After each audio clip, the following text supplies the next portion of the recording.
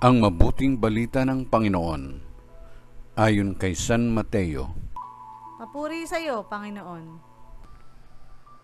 Noong panahong iyon, sinabi ni Jesus sa kanyang mga alagad, "Kung magkasala sa iyo ang kapatid mo, puntahan mo siya at kausapin ng sarilinan. Kapag nakinig siya sa iyo, ang pagsasama ninyong magkapatid ay napapanauli mo sa dati at napapanumbalik mo siya sa Ama. Ngunit kung hindi siya makinig sa iyo, magsama ka pa ng isa o dalawang tao upang ang lahat ng pinag-usapan ninyo ay mapatunayan ng dalawa o tatlong saksi.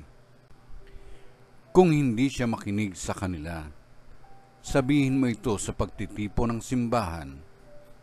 At kung hindi pa siya makinig sa natitipong simbahan, ituring mo siyang hintil o isang publikano. Sinasabi ko sa inyo, anumang ipagbawal ninyo sa lupa ay ipagbabawal sa langit, at anumang ipahintulot ninyo sa lupa ay ipahihintulot sa langit.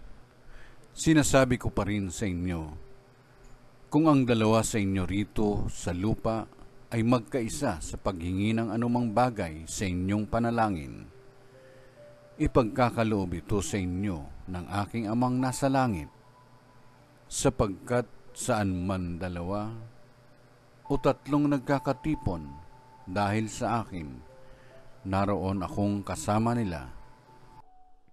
Ang mabuting balita ng Panginoon. Pinupuri ka namin, Panginoong Hesukristo.